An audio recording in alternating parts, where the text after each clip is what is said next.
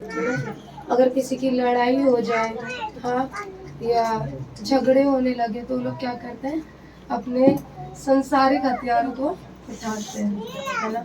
आप लोग देख सकते हैं ना, अभी माहौल भी ऐसा चल रहा है ना कि लोग क्या करते हैं, अपना जो संसारिक हथियार होता है ना, चाकू ले लेना या डंडे लेकर चलना, ये क्या है, वो लोग इन चीजों का प्रयोग करते हैं, है ना।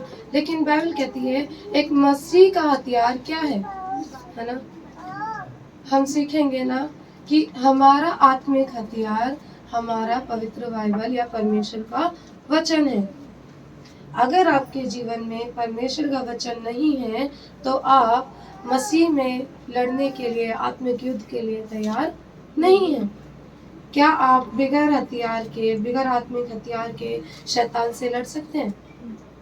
नहीं लड़ सकते, है ना। हम सब एक आत्मिक युद्ध के लिए तैयार होना जरूरी है। हम सबके जीवन में आत्मिक युद्ध होता है। मसीह जीवन मनुष्य, ये युद्ध केवल लोगों के खिलाफ नहीं होता, है ना। ये लोगों के खिलाफ नहीं है। आत्मिक युद्ध क्या है? ये लोगों के खिलाफ नहीं है, यह है शैतान के खिलाफ है। किसके खिलाफ है? शैतान आपको क्या देता है? शैतान आपको बुराई देगा, है ना। ईर्ष्या कराएगा, जलन करवाएगा, है ना। आपको ऐसा उकसाएगा कि आप क्या करेंगे? क्रोध करेंगे, है ना। और आप संसारिकता में बढ़ने की कोशिश करेंगे। शैतान नहीं चाहता कि आप मसीह में बढ़े। बाइबल कहती है ना, हमें सीखने की जरूरत है कि शैतान और उसकी बुराई शक्तियों के खिलाफ है। बहुत से लोग सोचते हैं कि विश्वासी बनने के बाद हमारा जीवन आसान हो जाएगा, है ना। लोग क्या सोचते हैं कि अगर मैंने मसीह को अपनाया, मैं एक विश्वासी हूँ, तो मेरा जीवन क्या हो जाएगा? आसान हो जाएगा। लेकिन बाइबल कहती है कि जब हम प्रभु के साथ चलते हैं तो शैतान और अधिक हमला हमारे ऊपर करता है ना। जब हम मसीह में बढ़ते हैं, जब यीशु में हम बढ़ते हैं, तो शैतान आपको क्या करता है? अपनी ओर अट्रैक्ट करता है, अपनी ओर खींचता है ना।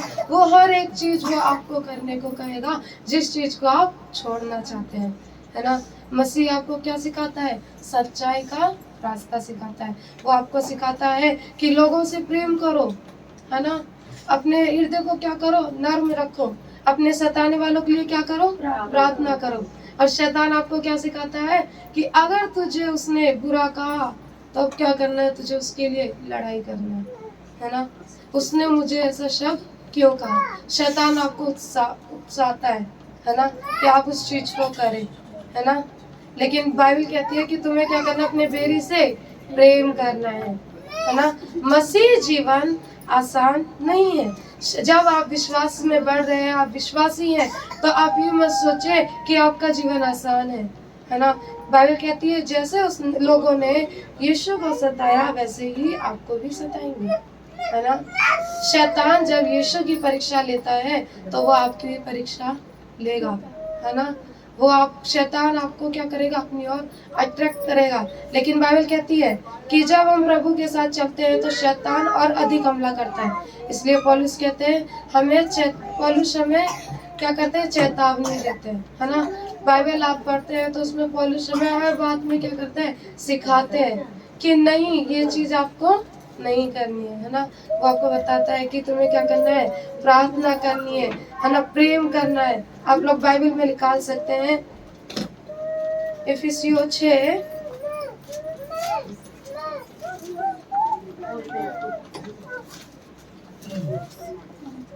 उसका 11 ना। इफिसियों 6 उसका 11 में लिखा है आत्मिक युद्ध के हथियार, है ना। आप पहला पॉइंट अपनी नोटबुक में नोट कर सकते हैं। हमारा युद्ध आत्मिक है। हमारा युद्ध कैसा है? आत्मिक है। हम संसार में नहीं लड़ रहे, हम शैतान से संसार में नहीं लड़ रहे। शैतान आपको अपनी ओर अट्रैक्ट करता है आपकी आत्मा के जरिए, है ना। वो नहीं चाहता कि आप मसीह में बढ़े। वो नहीं चाहता कि आप सफलता प्राप्त करें, है ना। वो नहीं चाहता कि आप ऊंचे उठाए जाए, है ना, यीशु के नाम में, है ना। हमारा युद्ध क्या है? आत्मिक है। परमेश्वर के सारे हथियार बांध लो कि तुम शैतान की युक्ति के सामने खड़े रह सको, क्योंकि हमारा यह मल युद्ध लहू और मांस से नहीं, परंतु प्रधानों से और अधिकारियों से और इस संसार के अंधकार के हाकिमों से और उस दुष्टता की आत्मिक सेनाओं से है जो आकाश में है। बाइबल क्या कहती है कि हमारी लड़ाई किससे है? हमारी लड़ाई लहू और मांस से नहीं, है ना। संसार में मनुष्य कैसे लड़ते हैं? एक दूसरे को ना मारते हैं, है ना, उनकी हत्या कर देते हैं, उनका लहू, मतलब लड़ाई आप देखते हो ना, लोग कैसे लड़ते हैं? किसी का सर फाड़ दिया है, किसी की हत्या कर दी लड़ाई में, है ना। हमारी लड़ाई मांस और लहू की नहीं है, हमारी लड़ाई क्या है? आत्मिक है ना। हमें किससे लड़ना है? आत्मा के जरिए लड़ना है ना। हमारी लड़ाई लोगों से नहीं है, पति पत्नी, भाई बहन या पड़ोसी से नहीं है, बल्कि उन आत्मिक शक्तियों से है जो हमें गिराने की कोशिश करती है ना। आत्मिक शक्तियां, हमारे शैतान हमारे विचारों, भावनाओं और क्या करता है? हमें भरमाता है ना। हमारी परिस्थितियों से में आकर हमें क्या करता है? भरमाता है। आपने देखा है, जब आप तकलीफ में होते हैं, परेशानी में होते हैं, दुख में होते हैं, तो आप क्या करने लगते हैं? चिड़चिड़े हो जाते हैं, है ना। आप गुस्सा करने लगते हैं। कैसे? क्यों करते हैं? क्योंकि शैतान आपको क्या कर रहा है? भरमा रहा है। शैतान आपको क्या कर रहा है? भरमा रहा है ना। इसलिए हमें आत्मिक रूप में क्या रहना है? तैयार रहना है, ना कि शारीरिक रूप में लड़ना है ना। अगर कोई हमारी लड़ाई किससे नहीं है? हमारी लड़ाई लोगों से नहीं है ना। आप एक चीज को सीखें कि अगर हम दुख में, तकलीफ में, परिस्थिति में है ना, तो हमारी लड़ाई मनुष्य से नहीं है, हमारी लड़ाई शैतान से है, क्योंकि वो हमें गिराने की कोशिश करता है ना। जब हम कमजोर होते हैं तब शैतान आपको अट्रैक्ट करता है, तब वो आपको अपनी ओर खींचता है ना, इसलिए कि हम क्या करें? भरमाए जाए, है ना। शैतान आपको भरमाता है ना। इसलिए हमें आत्मिक रूप से क्या रहना है? तैयार रहना, ना कि शारीरिक रूप में लड़ना है। उदाहरण के लिए आप देख सकते हैं, जैसे एक सैनिक अदृश्य दुश्मन से लड़ने के लिए, है ना, खड़ा रहता है। रात को सैनिक क्या रहते हैं? खड़े रहते हैं कि कोई दुश्मन ना आ जाए, है ना। बाइबल कहती है तुम क्या रहो? जागते रहो, है ना। बाइबल हमें क्या कहती है? जागते रहो, है ना। जैसे एक सैनिक क्या रहता है? एकदम जागते रहता है ना। वो खड़ा रहता है कि कोई भी दुश्मन हम पर अटैक ना कर सके, है ना। शैतान आपकी ओर अटैक ना कर सके, हमला ना कर सके। आपको क्या रहना है? खड़े रहना है। वैसे ही मसीह की आत्मिक दृष्टि चाहिए, है ना। प्रार्थना और वचन के द्वारा आप क्या रहेंगे? जागते रहेंगे, है ना। और शैतान आपसे क्या किया जाएगा? हारेगा। मैन मसीह के नाम में वो क्या होगा? हराया जाएगा। बाइबल कहती है कि आपको क्या करना है? आपकी लड़ाई किससे है? हमारा आत्मिक युद्ध किससे है? मांस और लहू से नहीं है, शैतान से है, लोगों से नहीं है ना। एक विश्वासी होने का मतलब ये नहीं कि मैं विश्वास में हो गए तो मेरे जीवन में परिस्थितियां नहीं आएंगी या मेरा जीवन आसान हो जाएगा ना? शैतान आपको तब भी अटैक करेगा, लेकिन मायने ये रखता है कि आप अपना समय कितना देते हैं। क्या आप अपना समय प्रार्थना करते हैं? क्या आप परमेश्वर को अपना समय देते हैं या उससे बातें करते हैं, उसके वचन को पढ़ते हैं? बाइबल कहती है, परमेश्वर कहते हैं कि तुम्हें क्या करना है, तो वो तुम्हें क्या करता है? अधिकार देता है ना। उन्होंने आपको दास नहीं कहा, है ना। आप उसके दास नहीं है, आप उसके क्या है? बेटे हैं, बेटियां हैं। और राजा का बेटा क्या होता है? राजा होता है ना, राजकुमार होता है, उसकी बेटियां क्या होती हैं, राजकुमारी होती है। उन्हें किसी के आगे झुकने की जरूरत नहीं होती, है ना। आपको अधिकार है कि आप अपने राजा से बात कर सकते हैं, है ना। आपको किसी से पूछने की जरूरत नहीं है। आप अपने पिता से जब बात करते हैं तो क्या आप उनसे बात करने के लिए किसी से परमिशन लेते हैं, किसी की आज्ञा लेते हैं? आप डायरेक्ट उससे बात करते हैं। आपकी जरूरत होती है तो आप पास में जाकर उससे क्या कहते हैं, पापा मुझे इस चीज की जरूरत है। वैसे ही जब आप अपने शारीरिक पिता को नहीं भूलते तो आप अपने परमेश्वर को कैसे भूल सकते हैं? आप उससे मांगने या उससे बात करना कैसे भूल सकते हैं, है ना। उसके वचन को पढ़ना कैसे भूल सकते हैं? आपको उससे बात करनी जरूरी है। मैन, है ना। मनुष्य केवल शारीरिक रूप को देखता है, लेकिन परमेश्वर किसको देखता है? आपके आत्मिक रूप को देखता है। आपकी आत्मा कब मजबूत होगी? जब आप उसके करीब जाएंगे। मैन, आप जब उसके करीब जाएंगे, बाइबल बताती है कि आप उसके क्या करे जाएंगे, करीब जाएंगे। इसलिए परमेश्वर के सारे हथियार बांध लो कि तुम बुरे दिन में ना कर सको, और जब तुम कुछ पूरा करके स्थिर रह सको। इसलिए कि सत्य से अपनी कमर कसकर और धार्मिकता की चिलम पहनकर क्या करो, और पांवों में मेल के सुसमाचार की तैयारी के जूते पहन लो। दूसरा पॉइंट है कि परमेश्वर के सारे हथियार बांध लो। परमेश्वर के सारे हथियार कौन से हैं? अपनी कमर को क्या कर लो, कसकर बांध लो, है ना। अपनी धार्मिकता की चिलम को क्या कर लो, पहन लो, और सुसमाचार की तैयारी के साथ के जूते पहन लो ना। वह कहती है कि तुम्हें क्या करना है, सुसमाचार फैलाना है ना। परमेश्वर के हथियार हमारी रक्षा और विजय दोनों के लिए हैं। परमेश्वर के हथियार किस लिए हैं? हमारी रक्षा और विजय के लिए हैं। ये हथियार आत्मिक है, ना कि भौतिक, है ना। ये हथियार कैसा है? आत्मिक है, ना कि भौतिक। हर विश्वासी को इसे प्रतिदिन बांधना चाहिए, ना कि संकट के समय, है ना। हम लोग क्या करते हैं कि जब मेरे जीवन में दुख है, परिस्थिति है, मैं ऐसी सिचुएशन है कि मुझे कहीं पर भी रास्ता नहीं मिला, हम किसके पास गए? परमेश्वर के पास गए, है ना। और हमने क्या किया? प्रार्थना करी, बहुत प्रार्थना करी, परमेश्वर ने उसका उत्तर दिया। लेकिन हम फिर क्या किया? हम भूल गए। हमारी जरूरतें पूरी हो गई और हम क्या हो गए? भूल गए, है ना। जब हमारी जरूरत होगी फिर हम उसके पास जाएंगे। बाइबल कहती है ये हथियार आत्मिक है, ना कि भौतिक। हर विश्वासी को इसे क्या करना है? प्रतिदिन बांधना है। हर समय, हर दिन तुम्हें उससे बातें करनी है, प्रार्थना करनी है, उसके वचन को पढ़ना है, ना कि केवल संकट के समय ही उसे पुकारे। हमें क्या करना है? क्या करना है हमें? मैं आपसे पूछ रही हूँ, आप लोग सो रहे हैं? हमें क्या करना है? प्रार्थना करनी है, परमेश्वर के हथियार को बांधना है। हमें क्या करना है? उसके हथियार को बांधे रहना है हर समय, हर दिन। अगर हमारी लड़ाई किसी से हो जाए तो हम क्या होते हैं?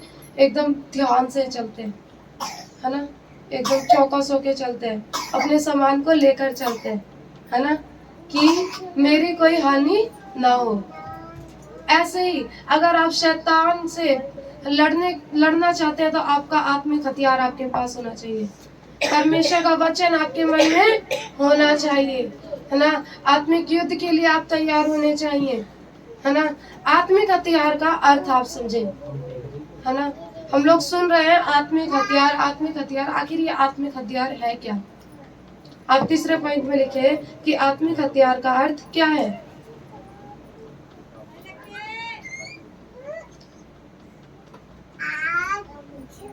हमने पढ़ा सत्य की कमर पट्टी सच्चाई में चलना होता है ना। इसमें लिखा हुआ है कि सत्य से अपनी कमर कस कर और धार्मिकता की चिलम पहनकर, है ना। हमारी कमर कैसे कसी होनी चाहिए? सत्य से, है ना। सच्चाई से चलना है, झूठ और कपट से दूर रहना है ना। हमें झूठ नहीं बोलना है, हमें कपट नहीं करना है। धार्मिकता की झिलम, एक पवित्र जीवन जो हृदय की रक्षा करे। एक पवित्र जीवन जो हृदय की रक्षा करे। मैन, आप लोग सुन रहे हैं? यस। आप लोग लिखें, धार्मिकता की झिलम क्या है? एक पवित्र जीवन जो हृदय की रक्षा करे ना। पहल कहती है जैसे मैं पवित्र हूँ वैसे तुम भी क्या बनो? पवित्र बनो। क्या आप उसकी आज्ञाओं को मानते हैं? शांति का सुसमाचार के जूते, जहाँ जाओ वहाँ मसीह की शांति लेकर जाओ। सुसमाचार फैलाओ, है ना। बाइबल कहती है कि तुम्हें क्या करना है? लोगों के पास जा जाके उसके सुसमाचार का प्रचार करना है। शांति का सुसमाचार उन्हें सुनाना है। मसीह की शांति लेकर जाओ और सुसमाचार फैलाओ। मसीह कैसा था? शांत, नर्म, है ना, दयालु। बाइबल कहती है दया करोगे तो तुम पर भी दया की जाएगी, है ना। शांति अगर आपके हृदय में है तो आपको देख के, आपका सुसमाचार सुन के मनुष्य भी क्या होगा? दूसरा व्यक्ति भी क्या होगा? आशीषित होगा, है ना। अगर आप किसी को अपनी गवाही बताते हैं या मसीह का सुसमाचार बताते हैं, आपकी एक शब्द से या आपकी कही हुई बातों से उसका जीवन बदल सकता है। आमीन। बाइबल कहती है कि तुम्हें क्या करनी है? आत्माएं बचानी है। जब आप आत्माएं बचाते हैं तो स्वर्ग में आपके लिए क्या होता है? एक बड़ा उत्सव बनाया जाता है। आमीन। क्योंकि आपका नाम किस पे लिखा गया है? जीवन की पुस्तक पर लिखा हुआ है। मसीह की शांति लेकर जाओ और सुसमाचार फैलाओ। विश्वास की ढाल, हर संदेह, भय या शैतान से झूठ के विरुद्ध सुरक्षा। विश्वास की ढाल कैसी है? हर संदेह, भय या शैतान के झूठ के विरुद्ध सुरक्षा देती है ना। हमें क्या परमेश्वर का वचन क्या सिखाता है? कि वो हमें हर समय संभाले रखता है। वो हर समय क्या करता है? अपनी दया हमारे ऊपर बनाए रखता है। शैतान आपके ऊपर हावी नहीं होगा। क्यों? क्योंकि परमेश्वर आपके साथ है। आमीन। आपके साथ कौन है? परमेश्वर है। आत्मा की तलवार, आपको पता है आत्मा की तलवार क्या है? परमेश्वर का वचन। परमेश्वर के वचन से शैतान का प्रतिकार करो, जैसे यीशु ने जंगल में किया। परमेश्वर ने, है ना, परमेश्वर के वचन से तुम्हें क्या करना है? शैतान को क्या करना है? हराना है, जैसे यीशु ने किया, है ना। यीशु की परीक्षा ली शैतान ने, है ना। आप सबको पता है, मत्ती 4 में लिखा हुआ है, आप लोग पढ़ सकते हैं। मत्ती 4 आप पढ़िएगा, उसमें लिखा हुआ है यीशु की परीक्षा हुई, है ना। शैतान ने उसे क्या किया? हर परिस्थिति में क्या की? परीक्षा की। और परमेश्वर ने उसे यीशु ने उसे कैसे जवाब दिया? वचनों के जरिए।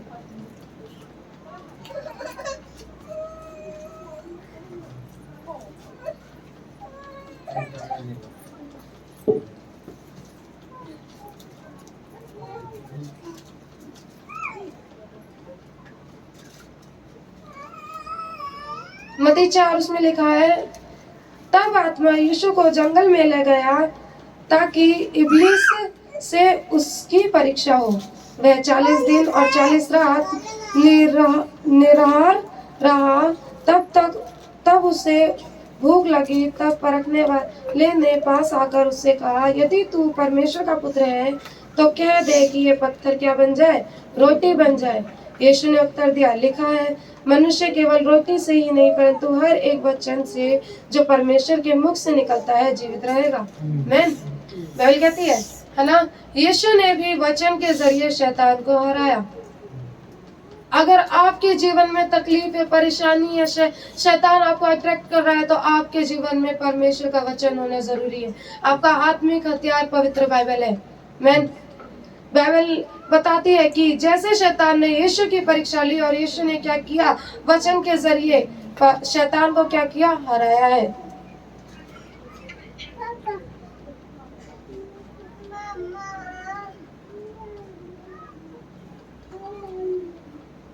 शैतान क्या किया गया, हराया गया। हर हथियार का उपयोग तब प्रभावित होता है जब हम प्रतिदिन वचन पढ़ते और प्रार्थना करते हैं। हमारा हथियार, आत्मिक हथियार वचन है। अगर हम वचन ही नहीं पढ़ रहे, हम प्रार्थना ही नहीं कर रहे, क्या हम विजय प्राप्त करेंगे? है ना? हमें सिखाया जा रहा है कि हर हथियार तब उपयोग होता है, तब प्रभावित होता है जब आप हर दिन प्रतिदिन वचन पढ़ते और प्रार्थना करते हैं। प्रार्थना क्यों जरूरी होती है? प्रार्थना सबसे शक्तिशाली हथियार होता है। प्रार्थना क्या होता है? सबसे शक्तिशाली क्या होता है? हथियार होता है। हमारे जीवन में परिस्थितियां ऐसी होती है कि हमें इतनी बड़ी परिस्थिति होती है कि हम लोगों को कभी भी क्या होता है, दुख होता है, परिस्थिति होती है, हम लोगों के पास जाते हैं और लोगों में क्या करते हैं, उस दुख को बढ़ा देते हैं, है ना? लेकिन जब हम वचन को पढ़ते हैं, जब हम यीशु के पास जाते हैं, हम प्रार्थना को करते हैं, तो आप लोगों ने देखा होगा कि आपके मन में क्या हुई होगी, शांति आई होगी। आमीन, है ना? आपने महसूस किया होगा कि परमेश्वर ने आपकी दुआ को सुना है, उसने आपको आत्मा से भरा है ना? वो आपके आंसुओं की कीमत को जानता है। हर समय और हर प्रकार से आत्मा में प्रार्थना करते रहो।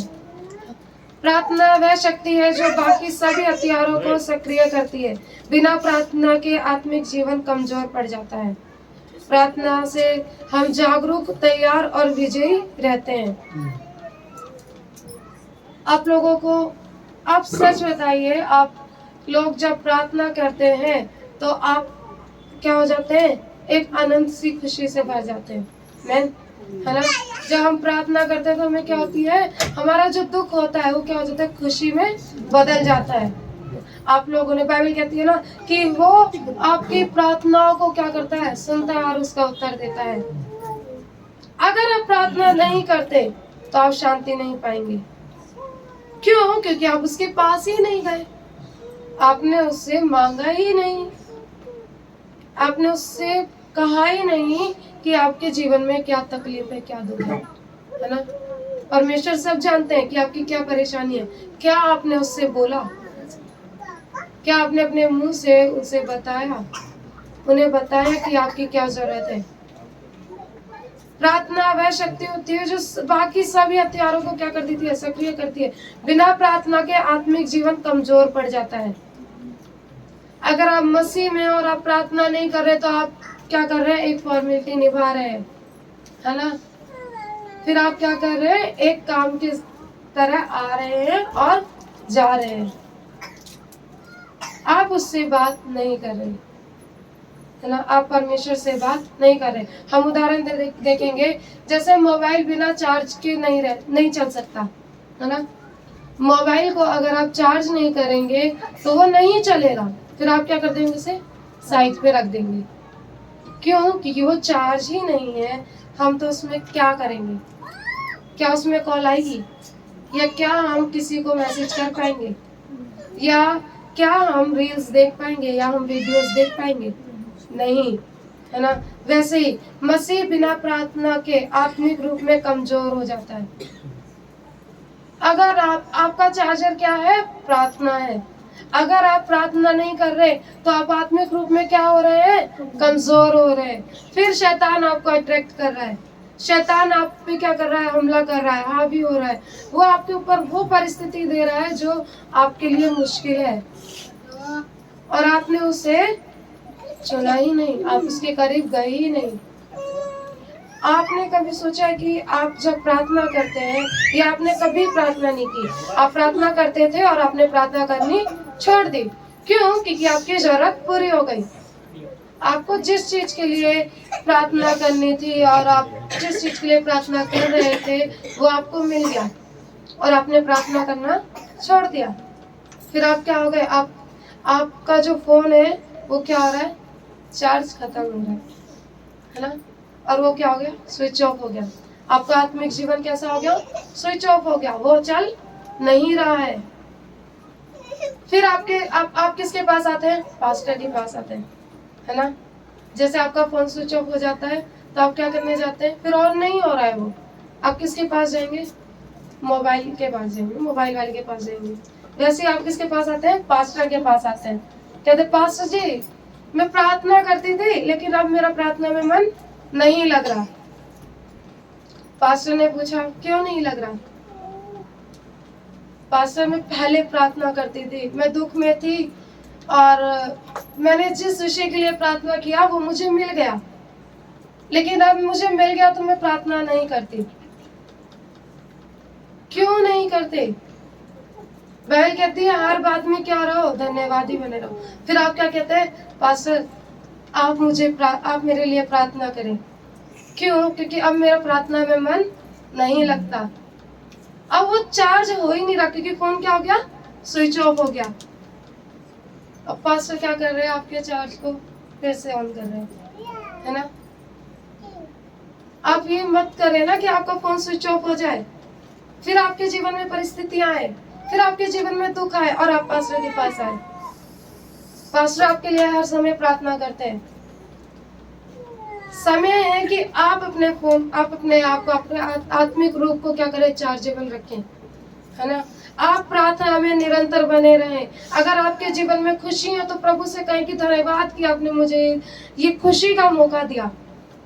आप उसे केवल दुख में ही याद ना करें, आप उसे केवल उसी परिस्थिति में याद ना करें, अपनी जरूरतों के लिए याद ना करें, है ना। उसे हर बात में क्या करें, धन्यवादी बने रहें, है ना। फिर आप क्या कहेंगे, परमेश्वर मेरी हर दुआओं को सुनता है। क्यों, क्योंकि मैं उसके करीब हूँ। आपके पास आपके सबसे इम्पोर्टेंट, अगर आपके पास कोई व्यक्ति होगा तो वो आपको हर बात बताएगा, है ना। क्यों, क्योंकि वो आपके बगैर रह ही नहीं सकता, वो आपसे बगैर बताए रह ही नहीं सकता। ऐसा रिश्ता आप परमेश्वर से बनाए कि अगर मैं आज प्रार्थना नहीं करूंगी, ये जो मेरे साथ हुआ आज मैं परमेश्वर को नहीं बताऊंगी, मुझे नींद नहीं आएगी, क्योंकि मुझे प्रार्थना करनी है।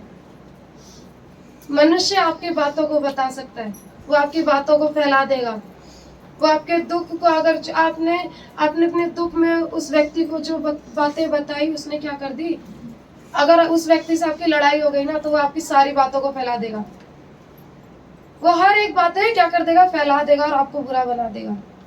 लेकिन परमेश्वर से जब आप बातें करेंगे वो आपकी बातों को कहीं नहीं फैलाएगा, बल्कि उस बातों का क्या करेगा, हल को देगा, उस दुख को क्या करेगा, खुशी में बदलेगा। मैन आपको क्या करना है, परमेश्वर के करीब रहना है। आपको अगर शैतान से लड़ना है तो आपके जीवन में आत्मिक वचन और प्रार्थना होना जरूरी है। परमेश्वर नहीं चाहता कि उसके बच्चे हारे या डरे। परमेश्वर कभी नहीं चाहता कि आप हारे जाएं, या आप अपनी परिस्थिति से हार जाएं, या आप अपनी परिस्थिति में डरे। परमेश्वर नहीं चाहता, वह चाहता है कि हम साहसी और स्थिर और आत्मिक रूप में क्या रहे, तैयार रहे। जैसे एक सैनिक रहता है, हमें क्या रहना, एक सैनिक की तरह बने रहना, है ना। और जब हम एकदम निडर रहेंगे, शैतान आप पे हावी नहीं होगा। संसारिकता में अगर किसी मनुष्य का शरीर बहुत अच्छा है, कोई व्यक्ति उससे बोलने से क्या करेगा, डरेगा।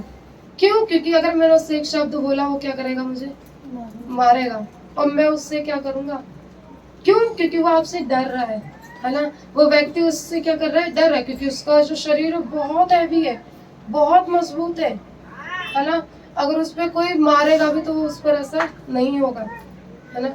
ऐसे आप अपने आत्मिक रूप को इतना मजबूत बना ले कि शैतान आप पर हावी ना होने पाए, है ना। आपकी परिस्थिति से शैतान आपको क्या करे, हराने ना पाए, है ना। हमारे लिए 3 पॉइंट सबसे जरूरी है, वचन पढ़ना, प्रार्थना करना और आत्मिक पवित्र आत्मा से भरकर प्रार्थना करना, है ना। पवित्र आत्मा की बातों को हमारे जीवन में सुनना जरूरी है। संसारिकता आपको वो सफलता या वो खुशी नहीं देगा। परमेश्वर आपके जीवन को बदलने वाला है। और जब ये तीन चीजें हमारे जीवन में होगी तभी हमसे शैतान क्या करेगा, शैतान क्या किया जाएगा, हारा जाएगा। और हम क्या करेंगे, परमेश्वर की महिमा को करेंगे, है ना। और हमारा जीवन क्या हो जाएगा, क्या होगा, आनंद में बदल जाएगा। और हम क्या करेंगे, परमेश्वर की गवाही देंगे। लोग हमसे हमें देखकर क्या कहेंगे कि इसका परमेश्वर क्या है, भला है।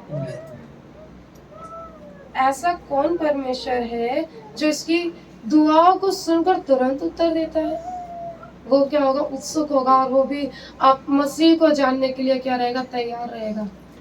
अगर आप चाहते हैं कि आप जैसे बचाए गए वैसे ही और भी लोग बचाए जाए, मैन, आपको क्या रहना है, तैयार रहना है हमेशा। ये मेरा छोटा सा वचन था कि हमें शैतान हमारे जीवन में क्या करता है, अट्रैक्ट करता है, हावी होता है। लेकिन हमारा आत्मिक युद्ध किससे है, शैतान से है, लोगों से नहीं है। मैन।